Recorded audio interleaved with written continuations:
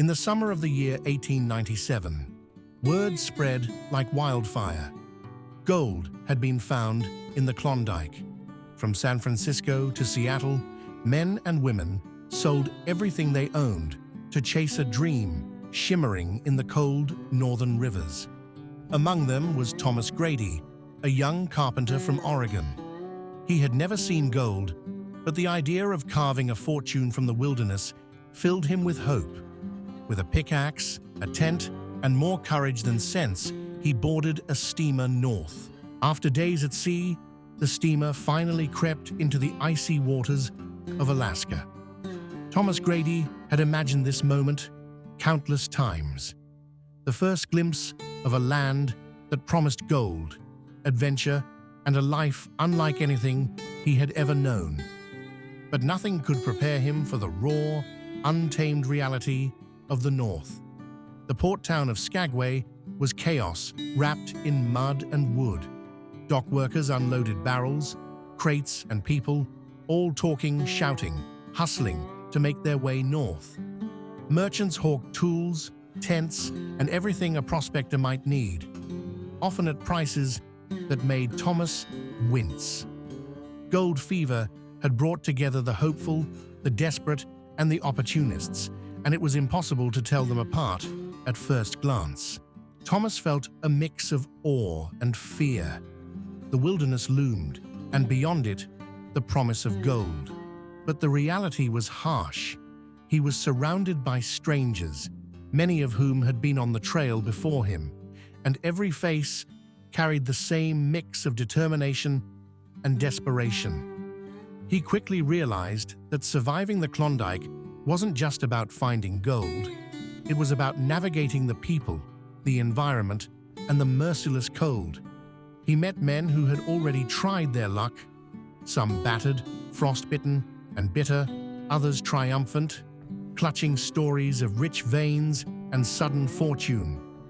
Each tale was a double-edged sword, inspiration and warning rolled into one. Thomas listened, took notes, and quietly began to understand the true challenge ahead. The Klondike didn't reward dreamers. It demanded skill, preparation, and a relentless will to survive. By the time he left Skagway, Thomas was no longer just a carpenter from Oregon. He was a prospector, a traveler stepping into a vast, wild expanse. The trail north was treacherous, rivers to ford, mountains to climb, snowfields that could swallow the unwary. And every mile north seemed to strip away the comforts and certainties of home, leaving only raw human determination and hope. The further he traveled, the more Thomas realized that the gold was only part of the story. The true journey was about survival, endurance, and the relationships formed along the way.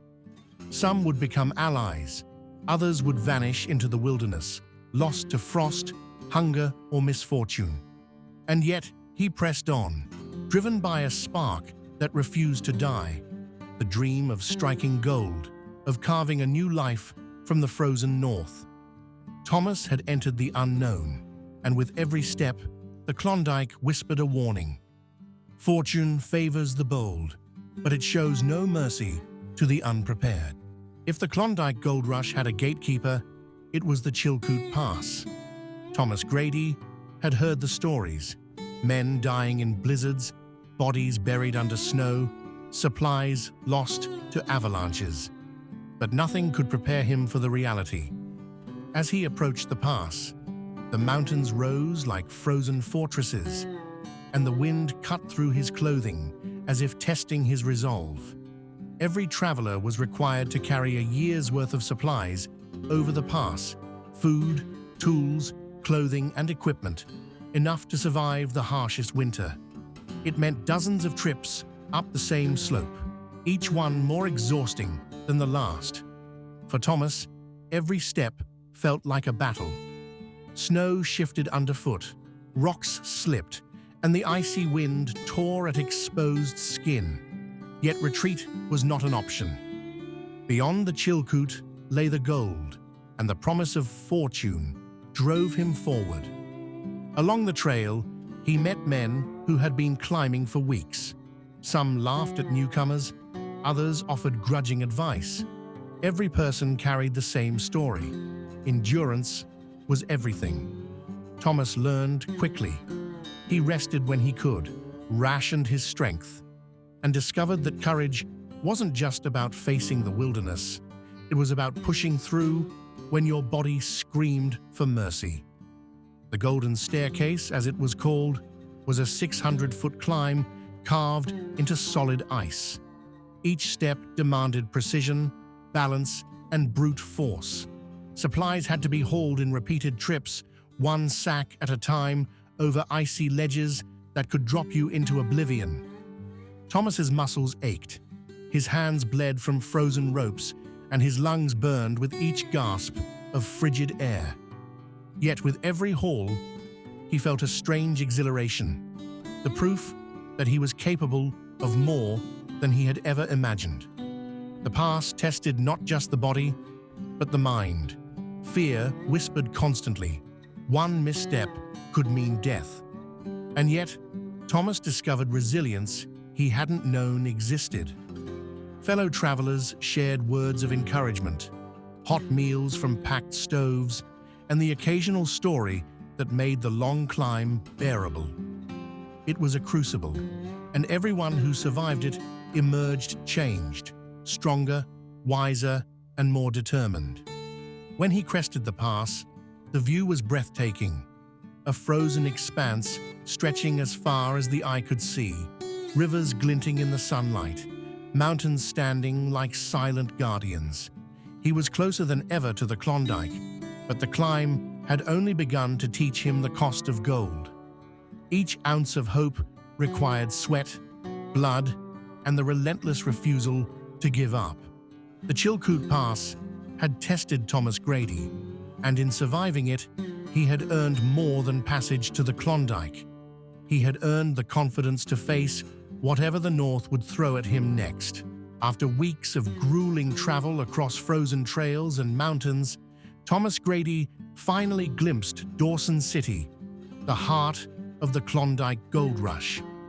From a distance, it looked like a mirage, a town rising from the snow and mud, buzzing with people, horses, and sleds, all moving in a chaotic dance fueled by hope, greed, and ambition. Dawson City was unlike anything Thomas had ever seen. The streets were crowded with men and women from every corner of North America, some filthy, some wealthy, some lucky, some desperate. The smell of wood smoke, cooking, and human sweat hung in the air. Merchants sold tents, stoves, tools, and anything else a prospector might need, often at outrageous prices. And everywhere, the talk was the same. Gold. Gold in the rivers. The city pulsed with the fever of dreams, both real and imagined. Thomas quickly realized that surviving Dawson City required more than courage and endurance. It required savvy, strategy, and nerves of steel. Some men had already struck gold, flaunting wealth in the streets. Others had lost everything, wandering in despair, their eyes hollow with failure. It was a city of extremes, a place where fortunes were made and ruined in the same day. The stories he had heard before arriving barely captured the madness. Bars overflowed with laughter, gambling, and occasional fights. Hotels were filled with weary travelers seeking comfort or companionship. The city moved at a feverish pace, and Thomas understood quickly that the Klondike didn't reward the timid. To succeed here, one had to act, to take risks, and to endure the chaos without losing sight of the ultimate goal. Despite the madness, there was a rhythm to Dawson City, a pulse that told Thomas he was in the right place. Here, he could trade, prepare, and rest, but only briefly. The gold was out there, waiting in the rivers and creeks beyond the city, and time was precious. Every day, the rush intensified as more men and women poured into the town, each chasing the same glittering promise. In Dawson City, Thomas learned the first law of the Klondike. Opportunity favors the bold, but fortune can vanish in an instant. Every choice mattered: where to stake your claim, how to carry your supplies, whom to trust. The city was both a haven and a trap, a place that tested resolve before the true trial of the wilderness even began. Thomas Grady had reached Dawson City, the city of dreams. Ahead lay the rivers, the claims, and the chance to carve a fortune from the frozen north. But he also knew that in this city of chaos, every decision could shape his destiny, for better or for worse. After the chaos of Dawson City, Thomas Grady finally found a moment of focus. Beyond the town, the rivers glimmered in the cold sunlight, each one a potential vein of fortune. With trembling hands and a heart pounding with anticipation, he chose a small, overlooked creek. It wasn't glamorous, but it was his. Here, he would stake his very first claim. The work was nothing like building furniture in Oregon. The pickaxe struck frozen earth with a hollow, unforgiving sound. He shoveled gravel and mud into pans, swirling water until only the heaviest particles remained. Hours passed like minutes, and each flicker of something yellow in the pan sent his spirits soaring. But the Klondike was a cruel teacher. Some days he found nothing but stones, while others offered tiny flecks of gold, teasing him with the promise of wealth, yet reminding him how rare it truly was. Thomas quickly learned that panning for gold was a test of patience, precision, and perseverance. Each scoop of gravel demanded focus. Each swing of the pickaxe was a lesson in endurance. And every morning, before the sun fully rose, he returned to the creek with the same determination that had carried him through the mountains and frozen trails. He wasn't alone. Around him, other men and women wrestled with the same river, the same frozen mud, the same endless grind. Some grew frustrated and abandoned their claims, others celebrated small victories, and a few boasted of rich strikes they had found. Thomas realized quickly that gold was not just about luck. It was about consistency, hard work, and learning from mistakes. Every day was a small battle, and every ounce of gold was a victory earned. But it wasn't just physical labor that tested him. It was the emotional toll. Days of little to no progress were disheartening, and the fear of failure lingered like a shadow. He saw friends lose patience, abandon claims, or become bitter and jealous. Thomas had to keep his focus, balancing hope with realism, knowing that one misstep could erase weeks of effort. Finally, after days of relentless labor, Thomas held in his hands the first tangible proof of his effort.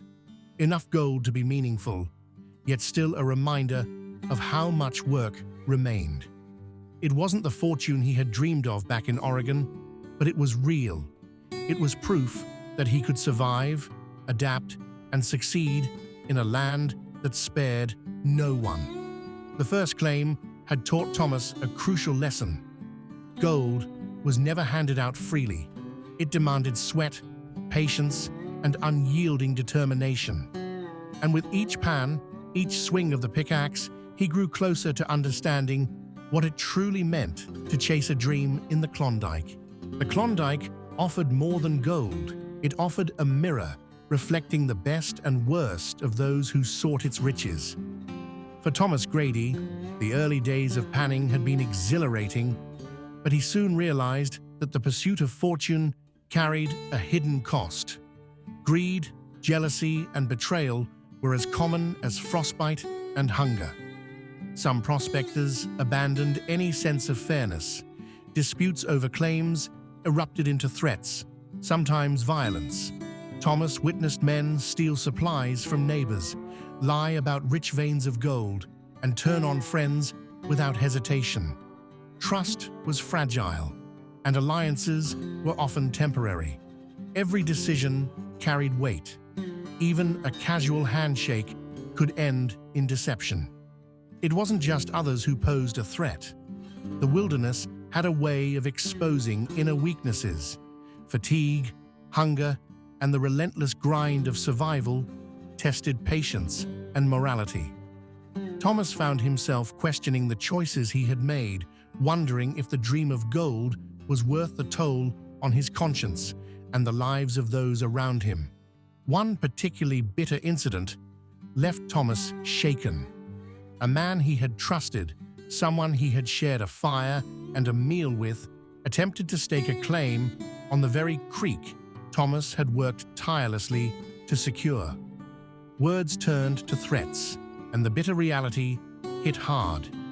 In the Klondike, friendship was fragile, and gold had a way of revealing the darkest sides of human nature. These lessons were harsh, but necessary. Thomas began to understand that gold demanded not just labor, but vigilance, cunning, and emotional resilience. To survive and prosper, he had to be cautious about whom he trusted, strategic about every choice, and unwavering in his determination. The Klondike did not forgive mistakes or naivety. Yet, amidst the treachery and tension, Thomas found a deeper sense of purpose. He realized that gold was not simply about wealth. It was about endurance, self-reliance, and the ability to navigate both the wilderness and the complexities of human nature. Every ounce of gold extracted from the frozen rivers carried with it a lesson. Fortune came at a cost, sometimes higher than the prospector could bear. The pursuit of gold had changed him. He was no longer the naive young carpenter who had left Oregon with wide-eyed dreams. He was stronger, wiser, and painfully aware of the price of ambition. And as he continued his work in the frozen north, Thomas Grady knew that every triumph would be shadowed by struggle, every glimmer of wealth tempered by the harsh realities of human nature and the wilderness itself. Gold had a cost, and Thomas was learning to pay it one day, one pan, one lesson at a time. Winter came to the Klondike with a ferocity that no one could fully anticipate. For Thomas Grady, it was a season unlike any he had faced. The rivers he had crossed with care now froze solid, blocking paths and stranding travelers. Food supplies dwindled, and the bitter cold crept through every layer of clothing, turning hands and feet numb despite gloves and boots. The North, which had once promised adventure, now whispered a warning: survive or perish. Days blurred together. Snowstorms buried paths, leaving Thomas isolated from the other prospectors he had met along the way. The cold was relentless. Each breath felt like shards of ice in his lungs. Frostbite was a constant threat, and even the simplest task, chopping wood, starting a fire, became a battle against the elements. Hunger gnawed at his stomach, and the weight of exhaustion pressed on his spirit as heavily as the pack on his back. The isolation was perhaps the most difficult part. Days without conversation, without warmth, without a glimpse of familiar faces, made him question the choices that had brought him so far. Was gold worth the suffering? Had he been foolish to leave everything behind for a dream he could barely touch? And yet, amidst the despair, there remained a spark, a stubborn flame of hope that refused to die, fueled by the small successes and glimpses of gold he had already earned. A near-death encounter reminded him just how fragile life in the Klondike could be.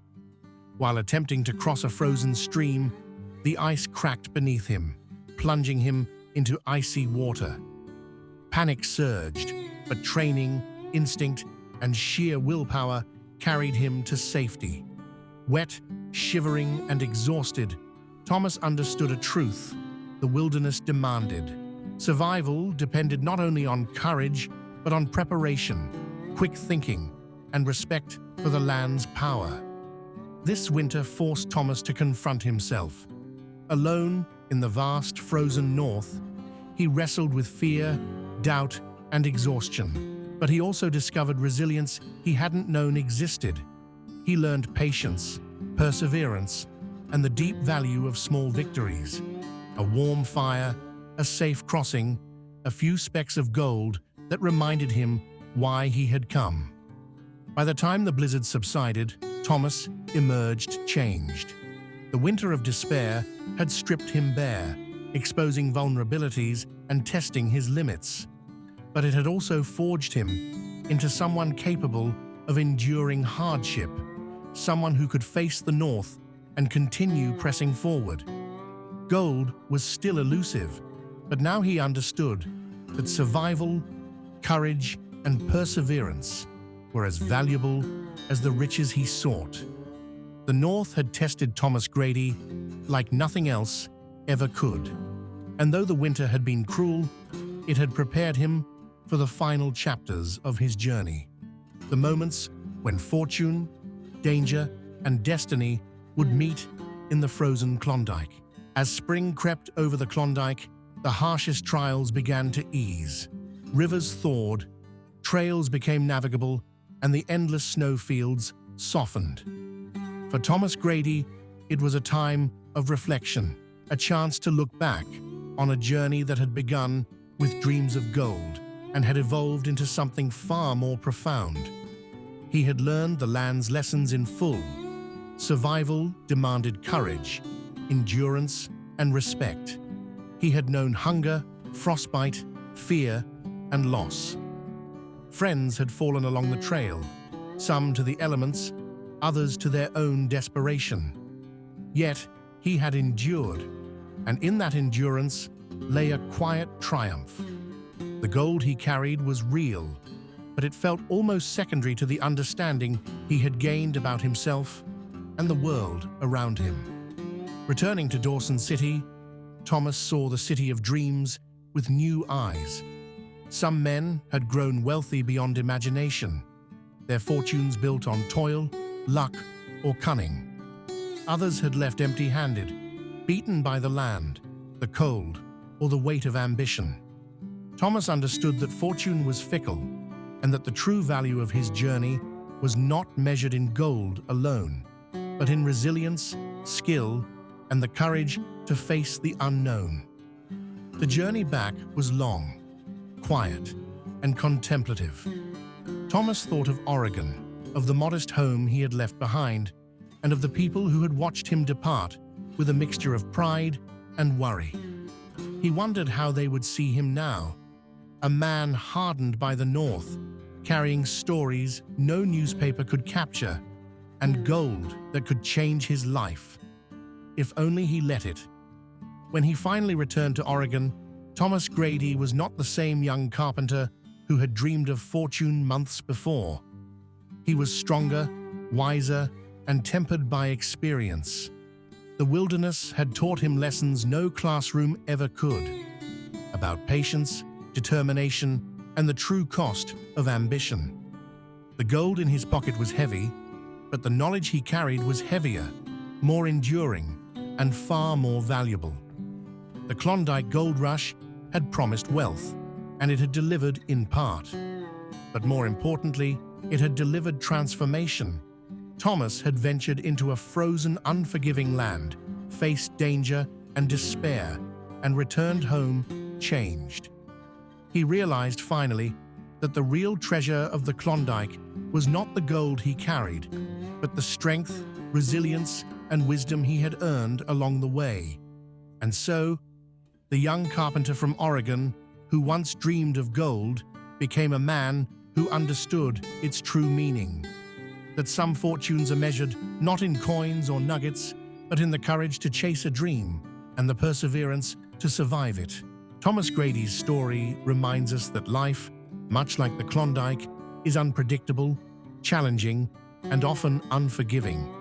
We chase dreams, seek treasures, and navigate paths that test us in ways we could never imagine. And yet, the gold, the fortune, The destination, they are never the true prize. The real treasure lies in the journey itself, in the courage to take the first step, in the strength to endure the storms, and in the wisdom gained from every obstacle we face. Every hardship, every small victory, every moment of doubt teaches us something about ourselves, shapes us into who we are meant to be. Life is not a destination to reach or a single goal to achieve. Life is the journey, the path we walk, the choices we make, and the experiences that mold our character. Like Thomas, we may not always find what we seek, but if we face the journey with courage, resilience, and an open heart, we discover something far greater than gold. We discover ourselves. So, wherever your path leads, remember, it is not the destination, but the journey, with all its trials, wonders, and lessons, that defines the richness of your life.